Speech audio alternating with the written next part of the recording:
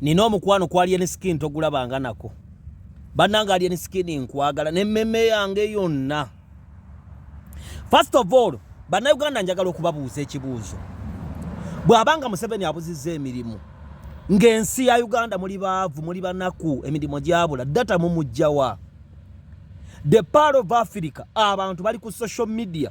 Social media si ya bwerere nedda. Abantu bali ku social media, bali ku YouTube, bali ku Twitter, bali ku Facebook, bali ku TikTok, bakola live, bevuma, bewemura olw'abantu babiri. Bagamba tebalina sente. Obudde ze sente. N'osanga live eziri ku social media ekiro sanga munana nga abantu bali kuli bajjudde bali mu kwevuma na kwewemura.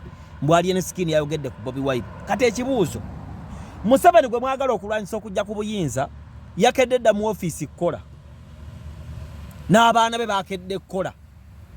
Mumukedde ku social media kuvuma Alien Skin mbwe yayogedde ku principle. Akono mba mukagudde. Just lwakuba ebyokukola mubirina kubanga sente za data muzifuna.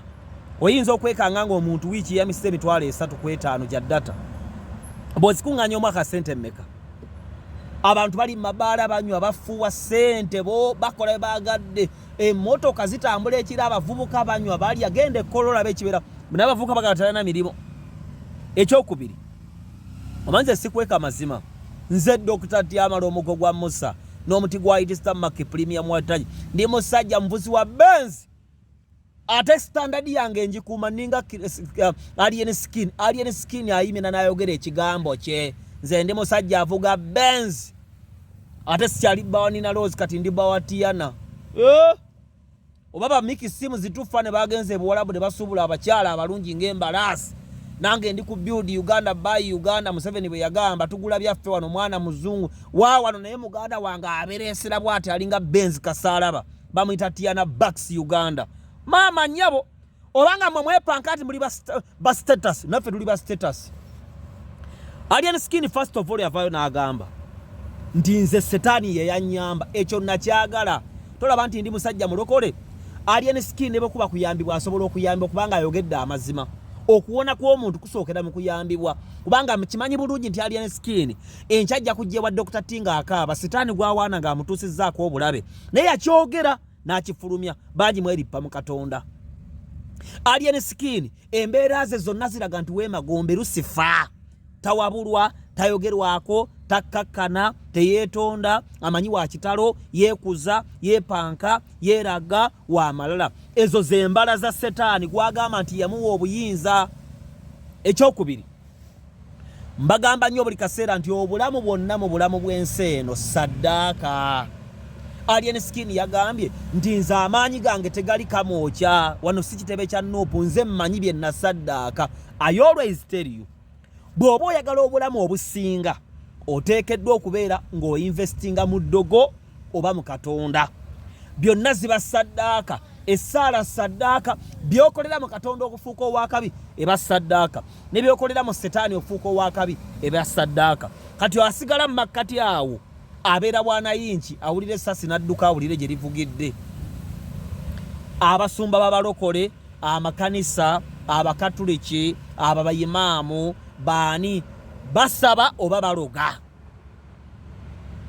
Nze ndi wa Musumba Sala mikisa nze ndi wa Voso Giruga mwenna bamanyi Musumba Sala gwenjogerako ne bamba mu America ne bamba mumanyi nti Musumba Sala asaba ate mukazi mulokole kali kyobola nze ntambulira wansi bwe bwati ne bwabogola ne bwakola siza muvira kubanga nkimanyi ndi saddaaka yanga Dr. Tiyita mu Katonda.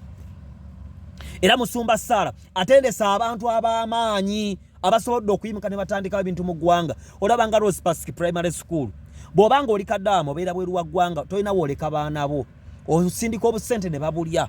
Olina abaana bato omwana afuna omusingi ogw'obwa Katonda mutwale ku Rose Pacific Primary School.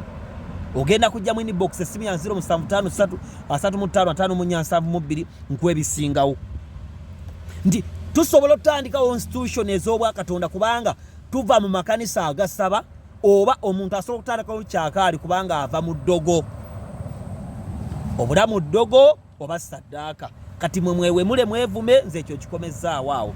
Success Motors eyo nno gye tugule emmotoka kubira kaleera akunnyonnyola akutwaleyo ofune emmotoka kuteekayo emitwalo aga notandika kuteekayo mpolampola bo ne bakuwa emmotoka. CEO restaurant wali Mundeeba, bw'otuuka boti Mundeeba mu junction awo ng'ewali DFCO eno waliwo shere ekyengo olubuuza CEO restaurant local foods genda onyumirwa emmere yaffe eya wano. Oyagaleko ne famire yo, oba oyagala kusurprisinga mwagala mutwalewo mpolampola baya akatula. Happy birthday Tiana, happy birthday Tiana Bucks Uganda. Badanga olabika bulungi nnyo, happy birthday. Era ne Tiana bw'anajja mu Uganda ng'akomyewo, in fact ne music we tugenda mu premiering awo. Tiana, I love you. Yo banjogera ekikata oluzungu ffe tetumanyi bulungi naye kyekyo nkwagala nnyo Tiana wherever you are. Nene nina Rose naye mukwano gwange.